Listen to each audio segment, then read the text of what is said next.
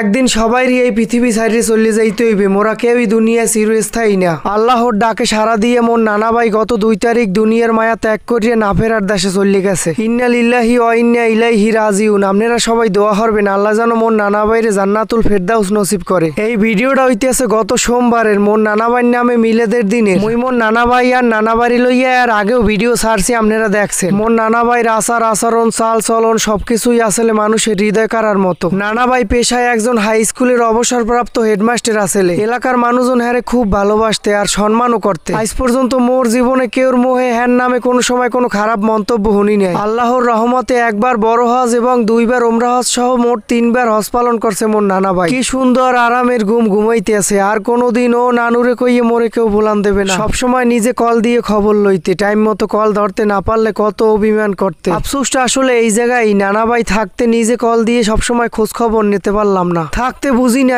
এখন অনুভব করতে আসি নানা ভাই শূন্যতা। এখন আর সন্ধ্যা হইলেই কেউ কল দিয়ে জিগে না, ও নানুরে তুমি কেমন আছো। মোর জীবনের সবচেয়ে পছন্দের জায়গা হইতেছে মোর নানা বাড়ি। আর পছন্দের মানুষ আসলে মোর নানা ভাই আর নানি এফু। নানি এফু মারা যাওয়ার পরে শেষ সম্বল আসলে মোর নানা ভাই। এখন নানা বাড়িটা কেমন যেন প্রাণহীন হয়ে গেছে। পুরো বাড়িতে নানা ভাই আর নানি এফুর অভাবে খা খা করে। ছোটকাল হইতে আবেগ ভালোবাসার জায়গা বলতে মুই মোর নানুগো বাড়িটারই বুঝতাম। লেদাকালে বেড়াইতে গেলে সহজে বাড়ি আইতে চাইতাম না। মায় জোর হরে লই আইলো বাড়ি আইয়া এরপর একটা না 2-3 দিন কানতাম। মোর নানা বান্যান হাস্য উজ্জ্বল মানুষও যে এখন এই দুনিয়ায় নাই বিশ্বাস করতেই কষ্ট হইতেছে। চোখ বন্ধ হলেই নানা ভাইয়ের হাস্য উজ্জ্বল মুখটা চোখের সামনে ভাসিয়ে ওঠে। আসলে এই পৃথিবীতে মোরা কেউই চিরস্থায়ী না। রঙের এই দুনিয়ায় মোরা কেউই চিরজীবন থাকতে পারবো না। একদিন না একদিন ঠিকই চলে যাইতে হইবে। মৃত্যু যে অনিবার্য হ্যাঁ জানিও মোরা কত অন্যায় কাজ করি, মানুষের হক মারিয়ে খাই। জাগা জমি টাহা পয়সা ধন দৌলতের পান্নে সবসময় মরিয়ে হইয়ে থাই। দুনিয়ার মায়ায় পরে পরকালের কথা ভুললে যাই। একটু টাহা পয়সার মালিক হয়ে গেলেই অহংকারের ঠেলায় দুর্নীতির ভাষাই হেলাই। হেই যেন এই দুনিয়ায় খালি আমিই রাজা, অন্য কেউরে পাত্তা দেওয়ার সময় নাই। এখন